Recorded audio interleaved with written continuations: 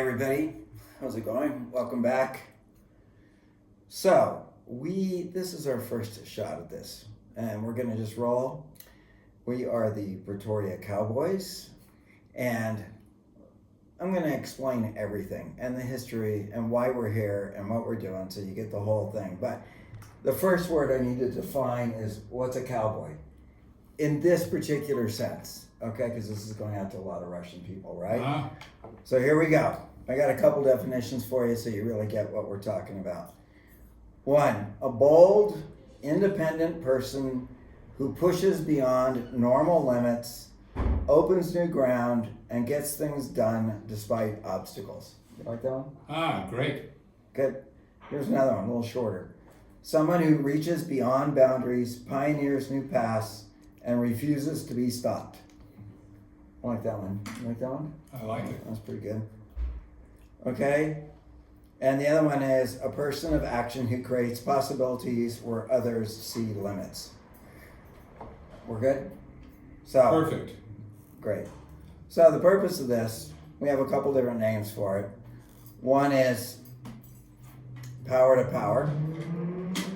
The point is what we're doing is we're going to help you make some serious accomplishments as well in your life. That's the reason why we're here. Today I have a very special guest, and our name, I said, is Power to Power. It can also mean shooting from the hip, okay, which is an old cowboy expression where you take a gun out and you just handle something right on the spot without. This is totally loose, guys. This is not like pre-made Hollywood, okay? So just roll with it, as we say. Just accept it. So let me explain to you our guest today. This is Lynn. Lynn Irons. He's a new OT8, Class 4 auditor, and expert in LRH administrative technology. That is one hell of an accomplishment just in itself, right? I just don't want to brush over that. That takes an unbelievable amount of work to accomplish that. So very well done on that. Thank you. This is where it starts to get really fun. He's obviously American. I met him in 1979. Can you believe that? San Francisco. We became friends, been friends ever since. He did a whole stint in Russia, which he's going to be talking about extensively today. I did a whole thing in Russia, which is just a little history on me. I did interviews for 4 years. He was one of the people that I interviewed. And OSA INT, that's Office of Special Affairs International, loved that I was doing it, but wanted me to do videos. But at the time, videos was not the in technology, but it is now, so here we are. Anyways, Lynn founded 10 Hubbard colleges of administration with more than 200 staff in the former Soviet Union.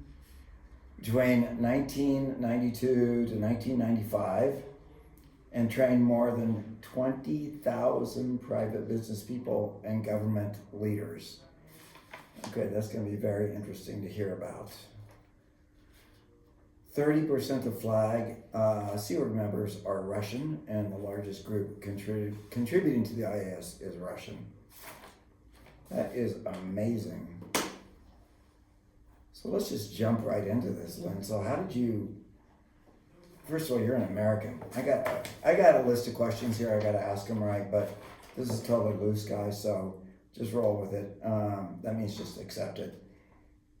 How did you, let's jump to number 2 first. Like, what pulled you towards Russia? You're an American. Just so you know, Americans usually don't know anything about Russia whatsoever. So just tell us the story here. Yeah. Well, when I went there, I didn't know very much about Russia or Russian people. I had the normal impression of most Americans, and we were fed propaganda. So I thought everyone in Russia is a communist. Most everybody there probably hates Americans. It's a totally foreign culture. And that's what I knew when I went there. But what pulled me there was I looked at this phenomena.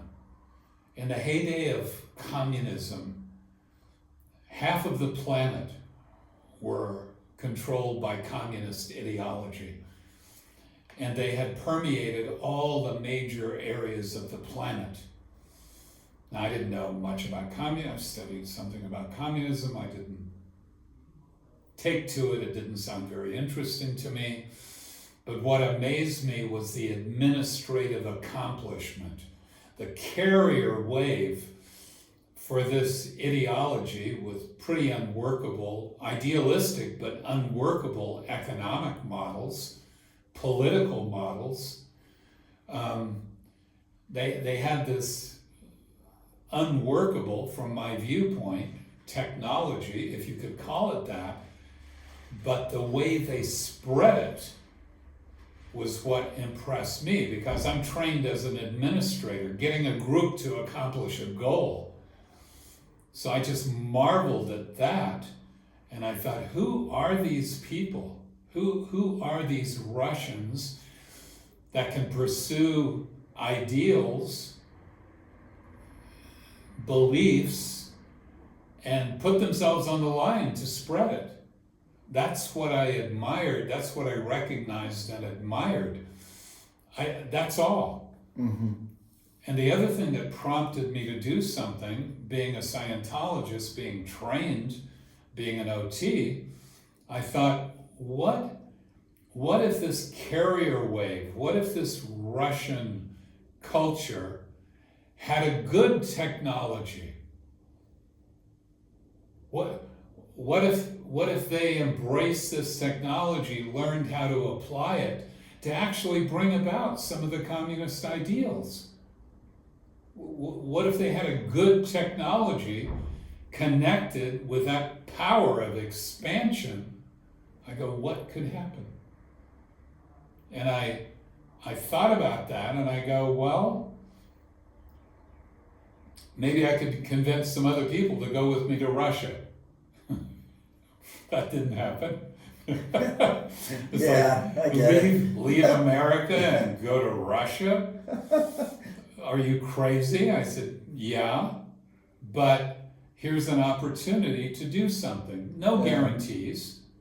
So I found with these big ideas I get, when I try to convince other people to do it, one guy I was talking to, and he goes, that's a brilliant idea. And then he said to me, why don't you do it? I go, well, okay, I'll do it. So that's how it started. Well, this is hella interesting, and you made me think of something. A couple of things, actually. When I was telling people about you, I didn't tell them the whole story. And what you were talking about, you really seriously are a cowboy. I mean, the first thing is I wanted to cover two things before we went on any further. One is, you actually are a cowboy. You're actually a real cowboy from America.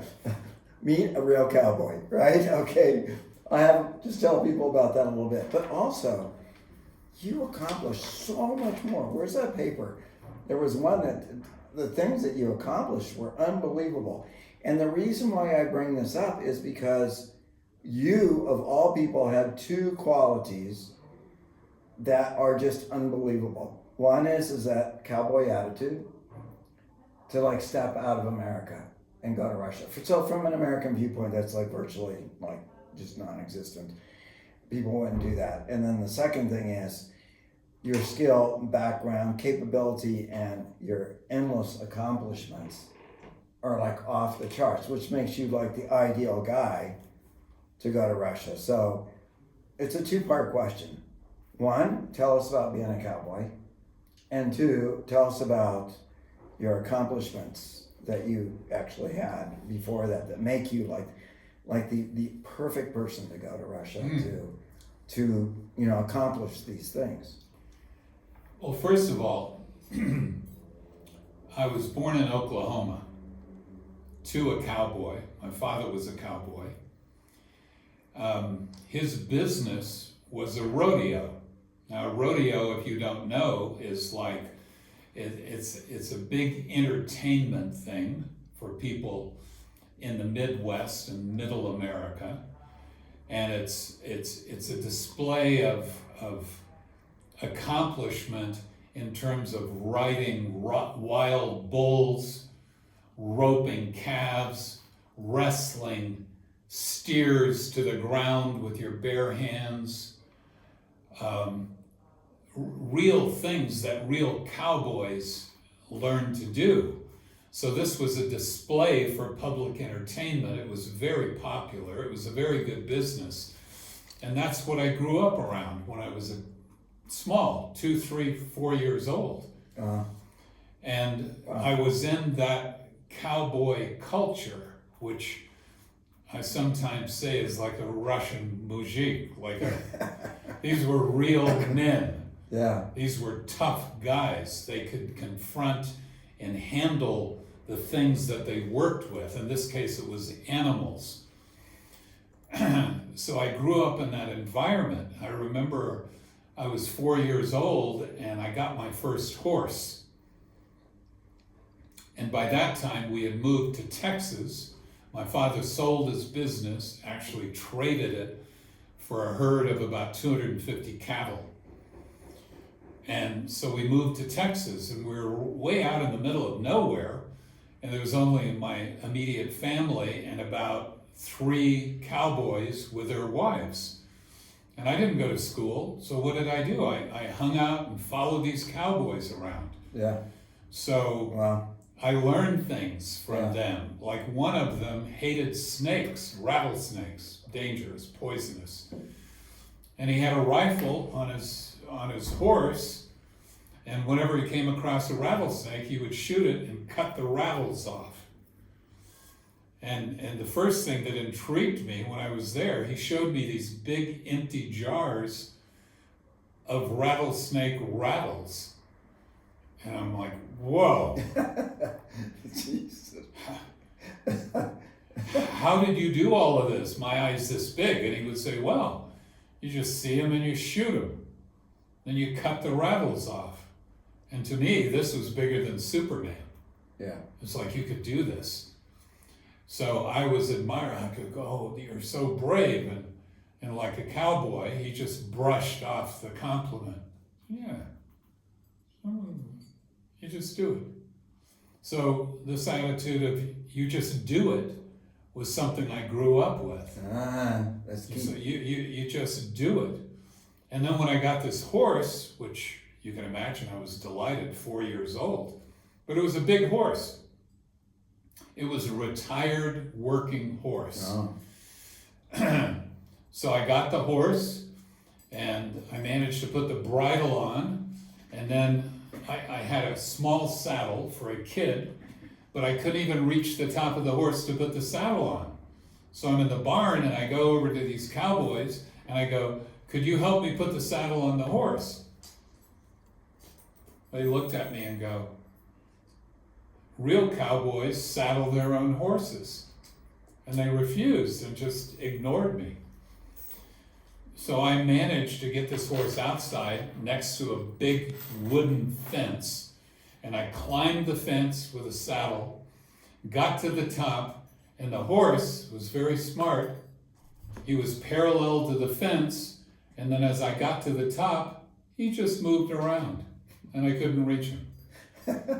So I left the saddle there. I climbed down. I went over and pushed and hit and kicked the horse and got him back next to the fence. Then I climbed back up. He moved away again. So I had to solve these problems. You want to ride a horse? You want to be a cowboy? You figure out how to put the saddle on your horse. Yeah. So that was the environment that I grew up in, to be self-sufficient. If you're going to be self-respecting, then you want something, then you handle it. And that was my earliest, most impressive training. And that's what I say about a cowboy. And when I started to meet Russians, not the business guys in Moscow, but when I went out to the provinces and spent the weekend with a friend at his family's dacha, I recognize that same self-sufficiency there. That's why I said I met a lot of Russian cowboys. That's a very interesting point that you bring up, because I too, I have a friend in Moscow who took me out to her dacha. It was really nice. I got to meet, I have thousands of friends in Russia as I traveled all over Russia, and then the Russian-speaking people, cowboys, I think it might have even been you that was telling me recently that the cowboy culture is probably the most respectful, highest integrity group there is. How does that compare to the Russian people? The people themselves, not the government, but the people. How does that compare? How did you see the comparison between the two? I think the main thing was self-sufficiency. I mean, yeah, right. What I learned, I had a talk with somebody's grandfather through a translator, and I was really curious about it. So I would ask him questions. How long have you had this little farm, this dacha, where you grow your own food, you've got some animals? He said, I got it from my father. He got it from his grandfather. I said, well, what about all the political change going on? He said, yeah, those guys come and go. We live. Right. We survive. So they had a similar kind of viewpoint that you should be self-sufficient and not depend upon influence or handouts from the government. And you just avoid them as much as possible. You interact with the bureaucrats as little as possible. Mm-hmm. And that's where you have your life. You have your life within that environment, within that community. And I learned, there was a lot of anecdotes. We laughed and joked a lot. And one of the things this guy told me, I said, well, how do you tell a real mujik? He said, a real mujik can build a fire. He knows how to cook shashlik, and he knows how to drink. Yeah, I saw that. I saw that over there. That's for sure. And then you went on and you became like super kick-ass in the business world. So you went from cowboy to business world. Tell us a little bit about your accomplishments, kicking ass in the business world. Well, after all these various adventures, long before I went to Russia, I graduated from university, got good enough grades to not get thrown out, but I was a sports guy. We're all the national pastime of college students. You chased girls and went to parties and had fun and goofed off as much as possible without getting thrown out of school. That was my higher education. Right. And when I finished there, I still had this hunger, like many people, to really find out not how to become a successful business guy, but I had very deep questions like, where did I come from?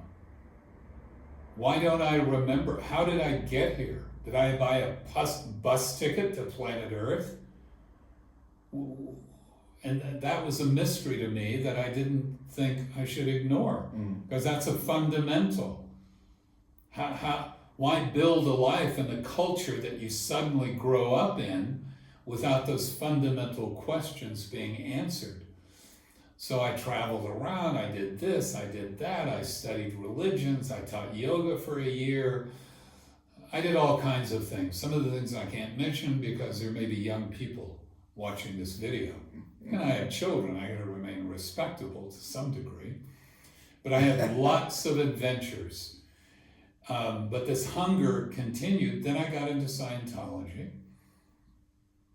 I had tremendous wins, and I joined staff, became a staff member, and oriented towards the mission of Scientology, which is to salvage this planet by uplifting individual people, training them, getting them clear, getting them OT.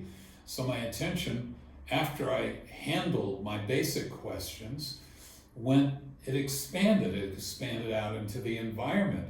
So I looked at our mission, the biggest, most successful on the planet, And I saw that we were not even scratching the surface. Mm.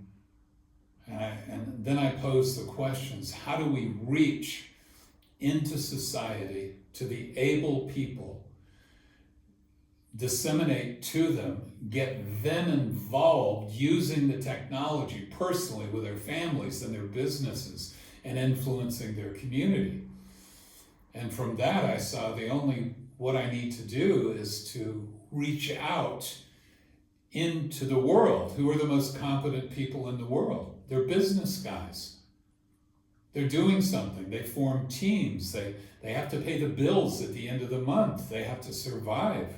And I go, those are the guys we should get to become Scientologists because they're able by the measurements of this society and they have real accomplishments. I never really wanted to be a business guy. It was like not interesting. But then I just saw if we're going to expand, we have to raise our dissemination level and permeate the society and disseminate to able people. So that was really my purpose of starting the first consulting companies. And with some of those initial successes, after a year, I teamed up with a guy. We started we started consulting activities for healthcare guys. The second year, we had 600 clients. I knew how to reg. And I trained other people to do it. So we enrolled lots of people. We trained them on Scientology basics in workshops and seminars. Mm-hmm. I traveled all over the US going into these medical practices and organizing them and helping them. And then I met this other guy. He was a dentist, and we started Sterling Management. And in the second year, we had 2,000 clients under contract. And these were conservative guys. The healthcare field, very conservative in the US, very Christian. And we never were covert about being Scientologists. Mm-hmm. I just said, take it or leave it. But I also knew how to disseminate and reg and handle objections. So I trained my staff on doing that and the people who reached out. So we were able to enter into those professions pretty well. That's what the stats said. And as we got all these clients and they were using LRH technology for their businesses, usually it would come up like, okay, so I've tripled the size of my practice, it's going well, what's next? And I go, well, we've reached your limit of expansion. And the person holding back expansion now is you. Me? Yeah, you. I don't want to do that. I said, well, you're doing it by observation. What? What am I doing wrong? Take this personality test. I'll do an analysis. Then I could show the guy where his weak points personally were holding back his expansion. Mm-hmm. So it was a very natural thing. I remember a guy asking me, well, okay, well, I trust you guys. I got the results to prove it. Hubbard must be okay. So what should I do? I said, well, you should go clear. What's that? When you go clear, your graph is at the top. You're not holding yourself back, and you have abilities that maybe you don't even know you have. You start using them, Mm-hmm. and you start making things better wherever you are. Well, clear. Well, how do I do that? I said, you get audited. What's auditing? I explain it to him basically. Mm-hmm. Well, that makes sense. Well, how do I do it? Do you audit me? I said, no, I don't have a license to do it. You need to go to a mission or an organization. Does it cost money? Yeah, like probably $30,000. Huh. I said, you'll be able to make that back up in a few months. As you're going clear. Really? Well, how do I do that? Here, I have a friend who's a registrar at the local organization. Hello, Astrid. I have a guy here that wants to find out about Clear. Can you help him? Good. I know you're very busy, but do you have any time this afternoon? Great. You're on. It's 20 minutes from here. She can see you in an hour. Yeah. Good. So that's the way we did it. But underneath that was the purpose to do it. And sort of a cowboy attitude that if you want to get something done, you can bloody well do it. You should get training. You know, you want to make your 16-year-old daughter clear, you're not an auditor, then you're not going to be able to do it. So you've got to get trained. You've got to learn some technology to accomplish your purpose. What is your purpose? Okay, you want to become a multi-millionaire and drive 2 Mercedes at the same time and have bling bling all over. If that's where you're at, that's what you want to do, yeah, Scientology can help you do that. You want to lead your profession, you want to open a mission, you want to open a school for kids, you can do that. Scientology technology, get trained, you can do it. So a point that you stressed that makes sense to me was that if you find the person's purpose and they're a bit frustrated trying to accomplishment, then you just tell them, Scientology can help you do that. Oh.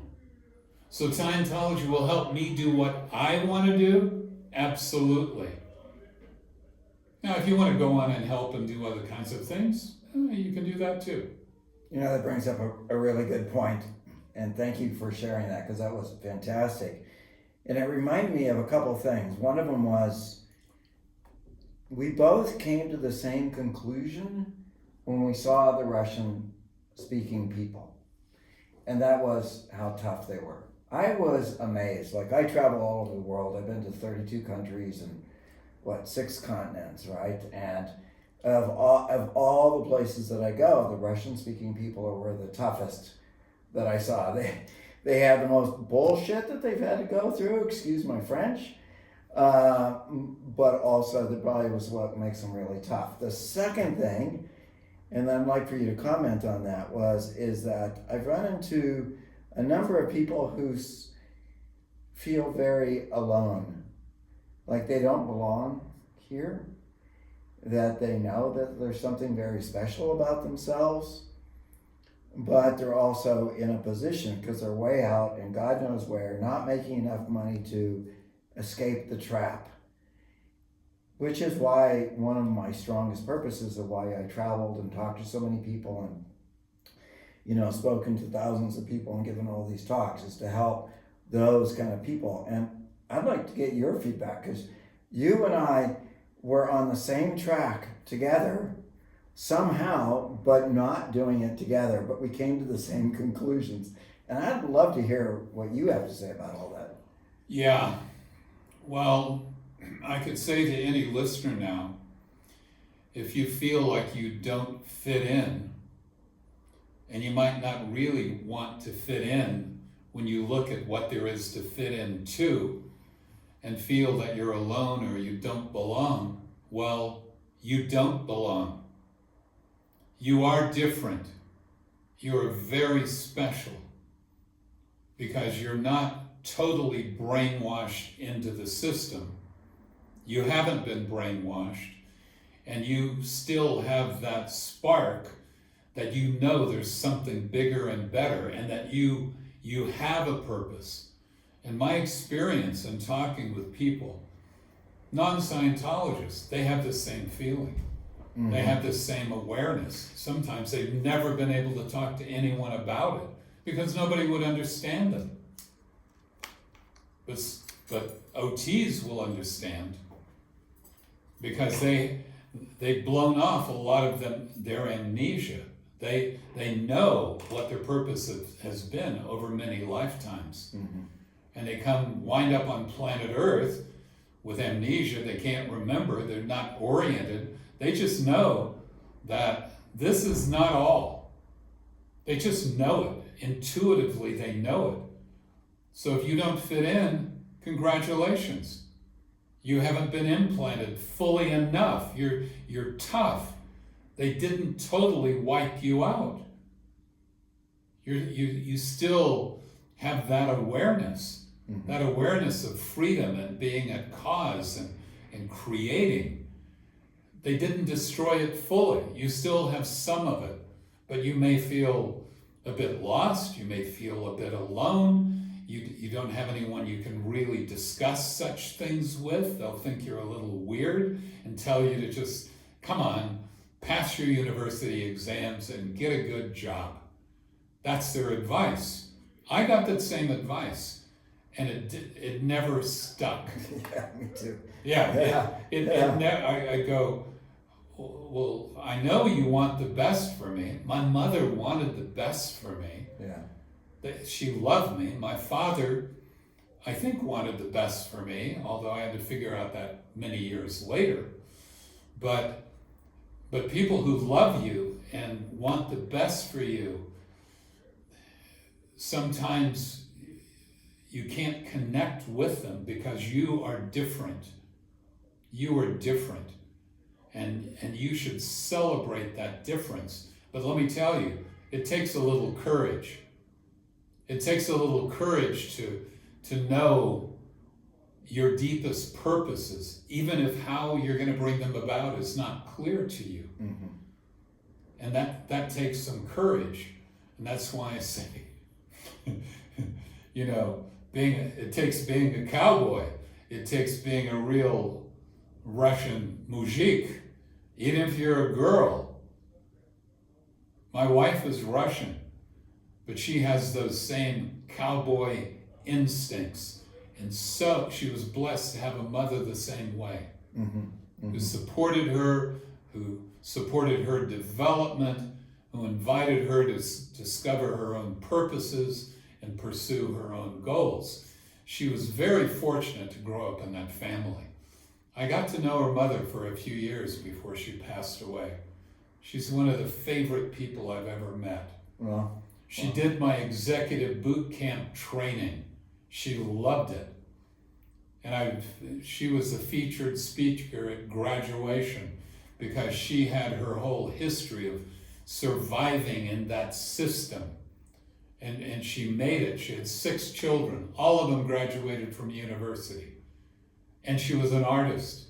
And she was a singer. When I was first with my Russian family in Kazakhstan, there's a Remembrance Day. I didn't know anything about the holidays or the celebrations. But they prepare this beautiful dinner, the very best silverware, cutlery, everything they had was on the table. At the end of the table were little pictures, little portraits, and these were people, their relatives, who had died during the Second World War. And it was a kind of a somber celebration. And we're eating, and it's a little restrained, and I'm trying to kind of figure out what's going on. And Alona's mother stood up. Her name's Maria. She stood up, walked to the center of the dining room, and sang, no music, unaccompanied. She was 80 years old. She didn't have the voice she had when she was younger. But she sang this beautiful, I found out, Russian love song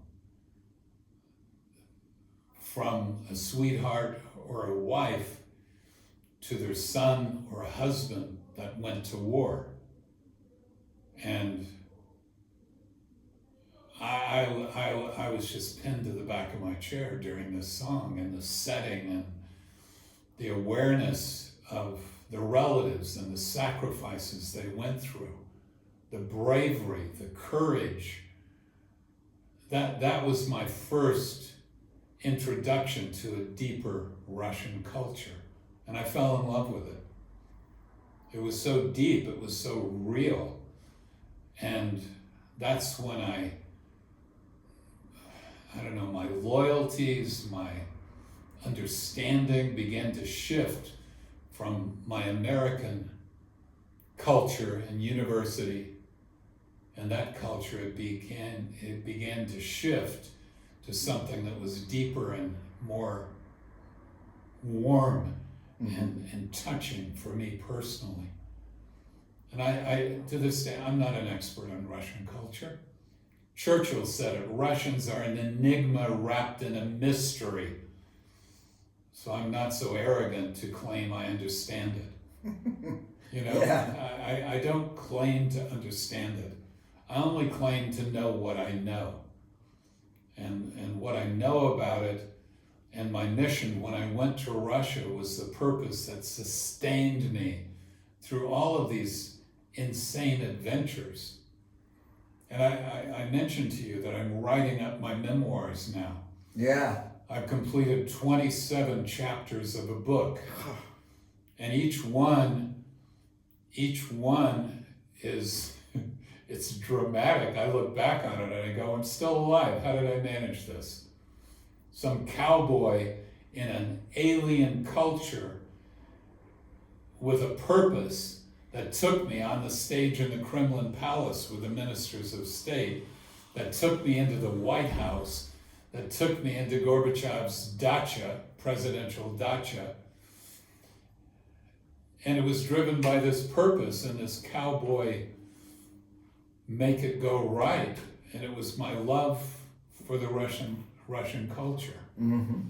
And even though I had to leave when Putin started tightening the grip, the security services that never really disappeared because they were behind the scenes all the time. They did a little rebranding, KGB to FSB, but they permeated the society. Mm-hmm. And I just walked into I had a debate with the chairman of the KGB on national TV, 60, 80 million live viewers. And the guy ran circles around me.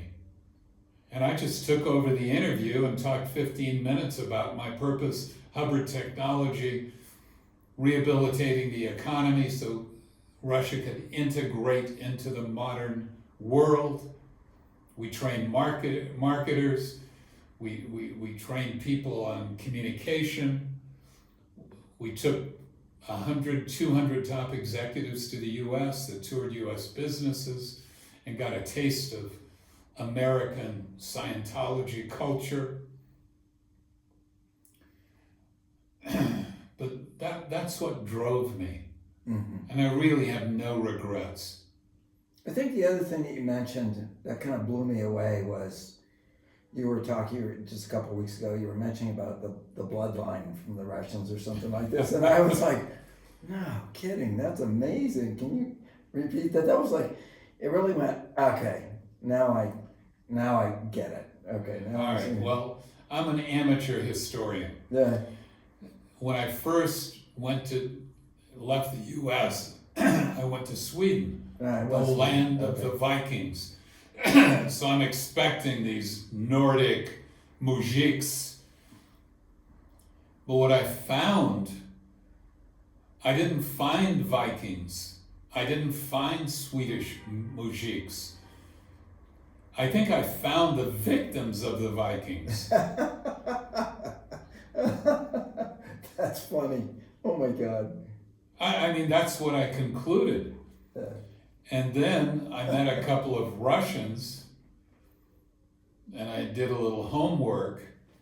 And so I began to put the pieces together, this huge push for exporting communism, which really addressed a lot of the injustices on the planet. I think that's why it so resonated with people who were victims of authoritarians. Now it was positioned with there being capitalists. Well, I don't know about that. I don't think so. But it definitely resonated with people who had no protection from authorities and those in power, usually corrupt regimes. So I looked at that. I got very interested, and then I studied how did Russia start? I tracked the Vikings going down the rivers, starting trading posts, and then you had these fierce Ukrainian warriors, and then you had the tribes of all the steppes and the Cossacks. And then I discovered, I was shocked. The Mongols took Moscow and dominated for 200 years. So it began to make sense. The bloodlines of these Russian mujiks were Cossacks, were Mongols, were Ukrainian warriors, Vikings. And I go, oh, well, those bloodlines are still strong. Yeah. It's those bloodlines and that toughness that allowed the Russians to survive for centuries under the Mongols, under the Tsars, under the dictators. Those were the power structures that still subjugated the people. And then I studied Peter the Great. I love Peter the Great. You know, some people criticize and so on. What do I know? I know what I know. But I read the biographies of Peter the Great. He was a visionary. He didn't belong either. But he cared about his people. And I read of his adventures when he traveled to Europe with his entourage. What a bunch of wild guys. It reminded me of that famous painting of Cossacks when some emperor sends them a decree that they have to obey. Mm-hmm. And they're sitting around a table, these Cossacks with shaved sides of their heads, swords, drinking, and they're laughing and dictating a letter to this emperor, telling him, you know, you can't tell us what to do. 3 or 4 of your wives are actually animals that you have relations with, and they're all roaring. They don't give a damn about the consequences. They're cowboys. And I got a copy of that painting. I put it in my office, and I go, yeah. Yeah, these are some cowboys. Wow. And that's what I looked for when I was in Russia. Mm-hmm. The guys who refused to obey, they would keep their heads down. You don't bare your chest to cannon fire. No, you get smart. You survive. You take care of your family. And then you work it. You work it in the direction of more freedom, more autonomy. And that's what I saw. That's what I looked for. And those people were who I wanted to deliver the technology to, because they would get the tools and the knowledge to create the freedom that they wanted in their deepest heart, in their soul. And that was the mission. Wow, that is really intense. So let me ask you a question then. So you were definitely a major leader in the United States, like in Tampa, etc., for a number of years. You did unbelievable expansion. And there you're dealing with, you know, primarily just Americans. And then you go to Russia.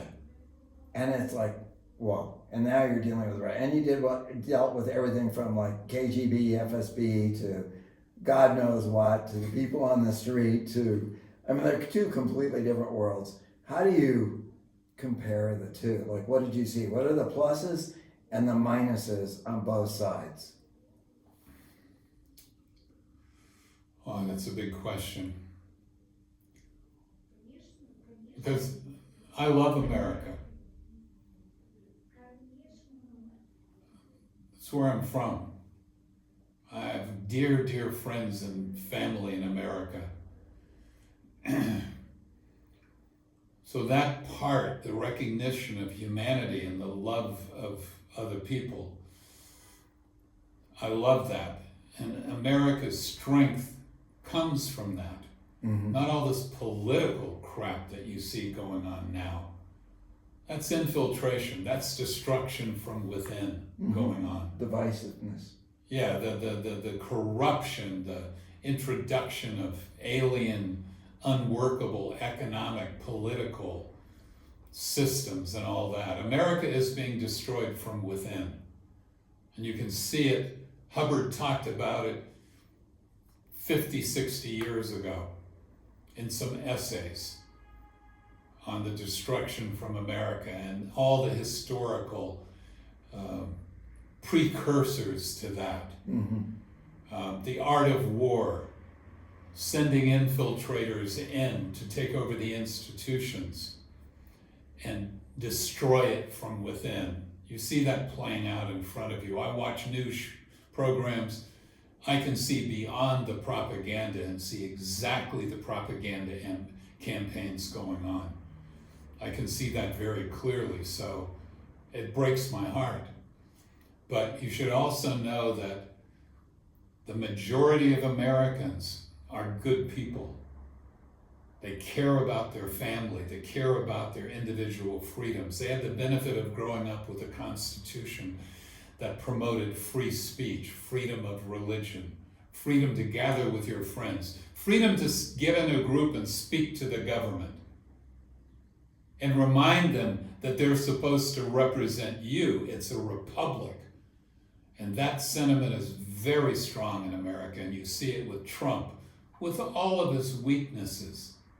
Show me a leader that doesn't have weaknesses. But I want to see the leader that's moving things forward to benefit the common man, the people who elected him and chose him. So I love America, and I hate, it breaks my heart to see the destruction and degradation, but there is hope. There is hope. I visit my kids who live in the middle of America in Tennessee, and we go to a local barbecue. I'm standing around talking to these American mujiks.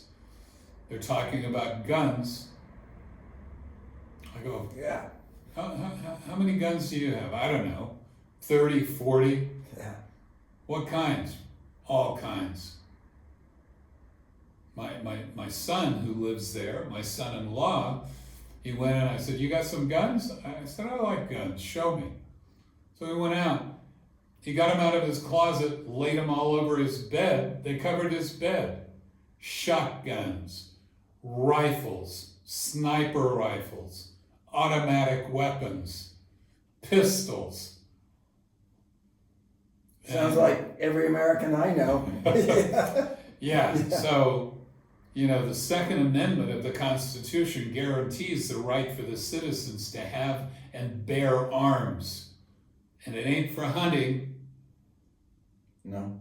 It's to protect themselves from an authoritarian, suppressive government. Correct. And that spirit is very deep in America. And it came from that cowboy heritage. And that's the strength of people. Fortunately, they had an environment by this genius thing called the U.S. Constitution and Bill of Rights, where they had those freedoms to develop those kinds of things, unlike in Russia. The suppression there has been so strong for centuries that people were denied the means of enforcing their own freedom. Mm-hmm. So that's some of the contrasts that I saw from America to my experiences in Russia. The same spirit, the same mujik, cowboy spirit, but in Russia they were so completely suppressed over the centuries that they didn't have the opportunity for that. And the consequences of that much suppression. I'm a trained auditor. I understand suppression. I understand implants. I understand how you weaken yourself, as Solzhenitsyn pointed out. You create yourself as a victim by small things, by letting a bureaucrat insult your wife for fear of consequences. Those small overts on yourself and your family and your integrity accumulate until you're a victim. You lose your power. And that's what I saw. I saw the consequences of that. And famous writers, I don't know, maybe Dostoevsky said, you've got to squeeze every drop of the slave serf mentality out of you. But I saw the remnants of that. I saw this method of surviving by keeping your head low, by teaching your children to survive, you've got to compromise. And I saw that perpetuated by people in Russia. It was a survival operating basis, but built within it was the very weakness that permeated the culture. Mm-hmm. Now, it's easy for me to say. It's easy. You know, it gets too hot for me in Russia, I leave. I get a ticket and I'm gone. I sweep through customs in the U.S. Welcome back to America, Mr. Irons. So I don't have the arrogance to criticize my Russian brothers and sisters because I saw the conditions they're in. But I don't accept it. Mm-hmm. To accept it is to betray them. So that brings me to a very good question, and that is, let's say you were a person in Russia now. What's going on? How do you suggest a step-by-step approach? You know, when I've spoken to the Russian people, or Russian-speaking people, they always ask me, Kirk, can you please tell me what I can do now in the street to make my life better, so basically I can get out of the trap that I'm in and have a good life? What would you suggest to them? What would be your message to them? Well, I think that's a very real and practical question. Because people don't need platitudes of freedom and the U.S. Constitution. You're talking about a totally different environment. So from my experience there, and I lived and worked there more than 5 years, Mm-hmm. I don't know the exact conditions now, but there appears to be a certain amount of freedom for entrepreneurs. That's clamping down. Now you're going to be licensed to give consulting advice. More control. There was too much freedom with all these Westerners coming in and introducing entrepreneurship. And the regime saw that as a threat. To think on your own, to create a business, to create some independence from the system. That's totally being clamped down. But what I would advise is get into an environment where you can make some money. Legitimately. Not violating laws, because whenever you violate a law and you cheat on your taxes or do some under-the-table deal, you just opened up a weakness that can be discovered by the surveillance state and you can be prosecuted. So I don't recommend that. I know it's hard to do, but I don't recommend it. Mm-hmm. Find some honest business, buying and selling, delivering a product or service. Accumulate some money. Start researching. Look for a way that you can safe point your family. You got to protect your family. And I would say there's really nothing wrong. Somebody could maybe show me where this idea isn't very good, but I would look to manage to get out of the country for a while and develop yourself, get trained, go clear, go OT, develop your family, get them out of the bubble, let them see the world like I see my family developing. They've lived in Russia and Kazakhstan and Dominican Republic. They're now living in South Africa, and now they're seeing how the rest of the world can live without suppression, surveillance, and total control. Mm-hmm. And when you get a person out of that environment, they start developing, they start getting trained, they start going clear in OT, they start recovering their abilities. Safe point yourself, develop yourself, because you're no good if you're crippled. You're no good if you're implanted.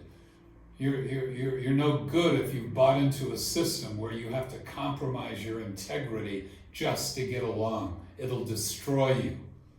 So I say, I can be criticized for this, get out, develop yourself, take care of your family.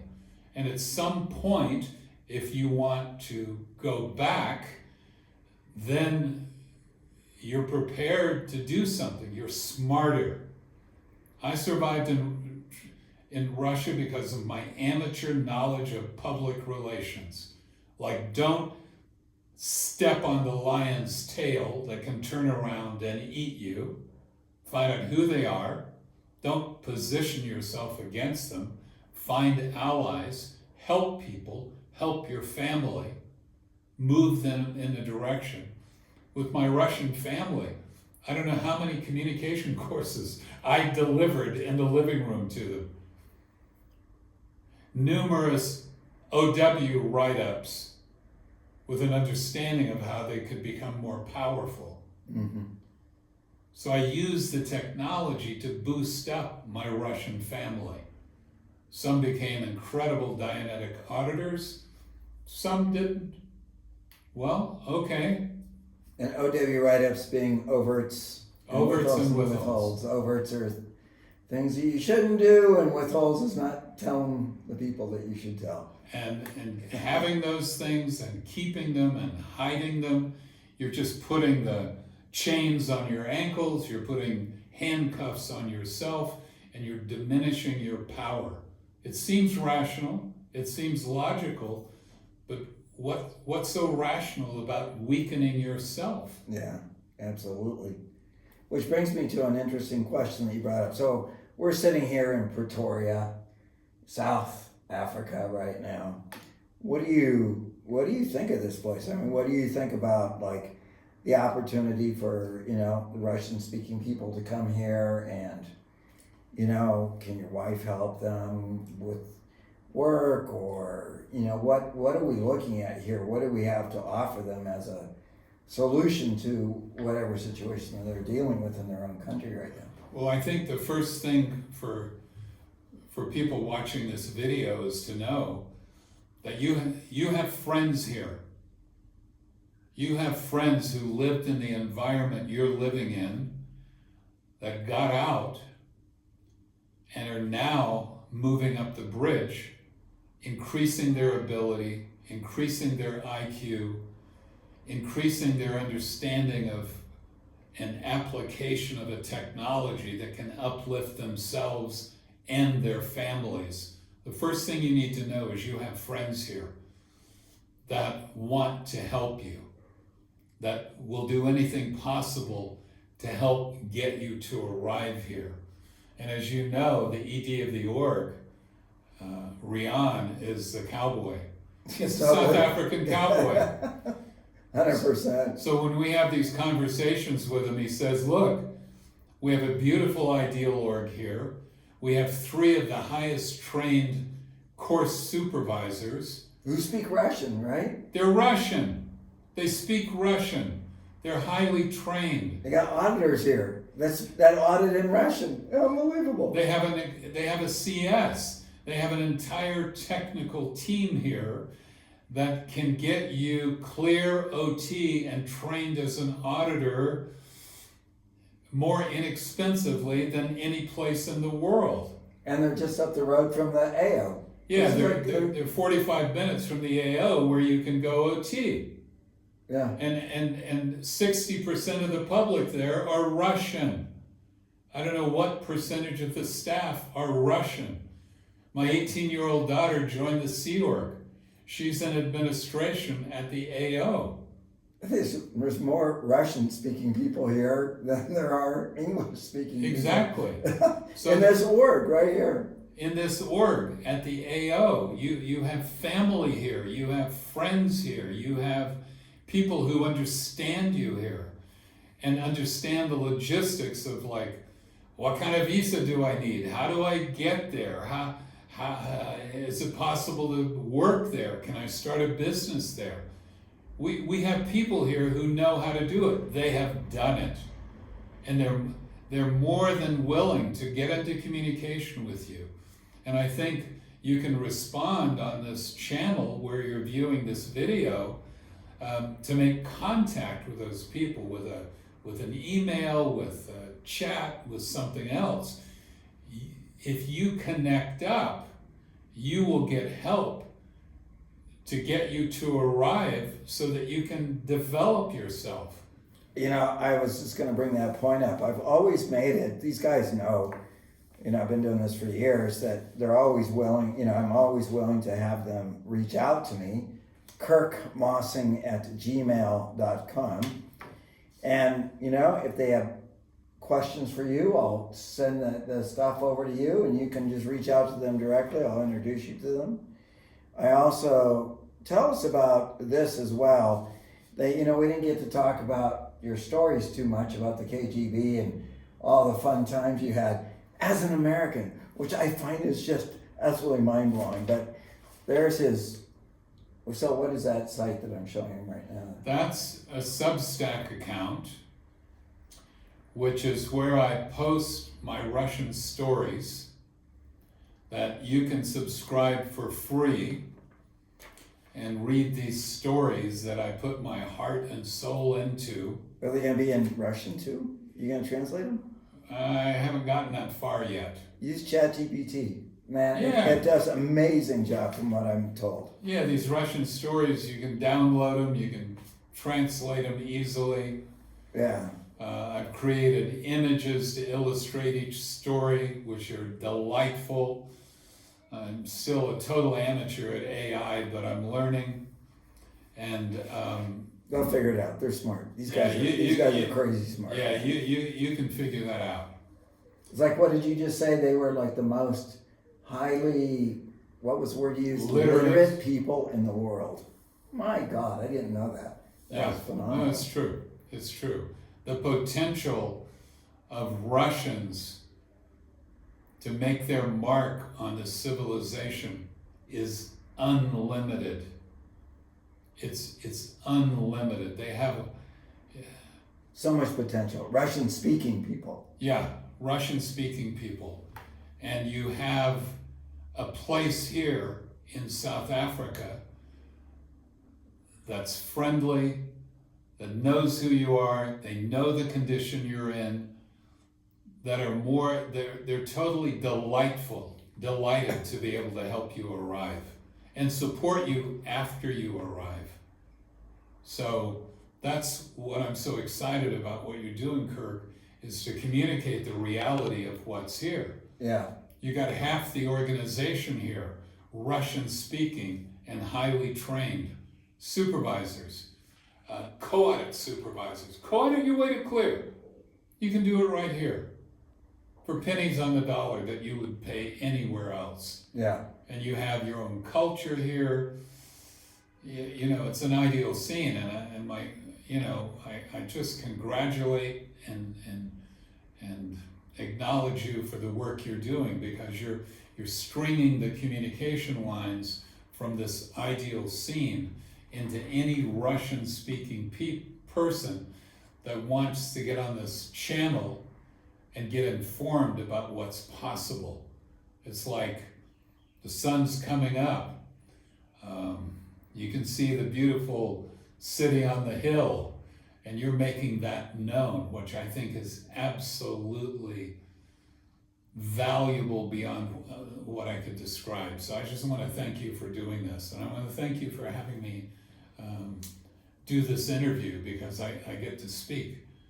I get to speak plainly and openly and forward the offer of help, especially to you guys who don't fit in. That means you're a cowboy, and it means you can do it. You can make your dreams come true. Just take the next step. Contact Kirk. Contact me. Disseminate these videos. Let people know what's possible.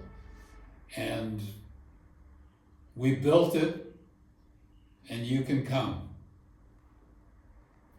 Lynn, thank you so much for talking today. That was phenomenal. You guys can see that it was virtually impossible to compress, all those decades of experience down into an hour.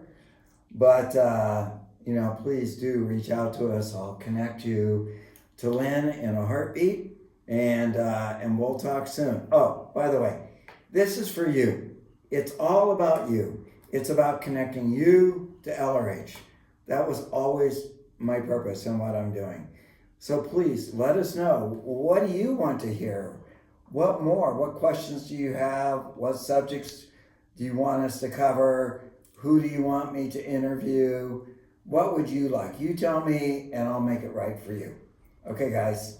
See you later. Thanks, Lynn. We're waiting for you. We're waiting for you. Come to us. We'll Come help you to out. us. Our comm line's open to you. See ya. That's what I mean.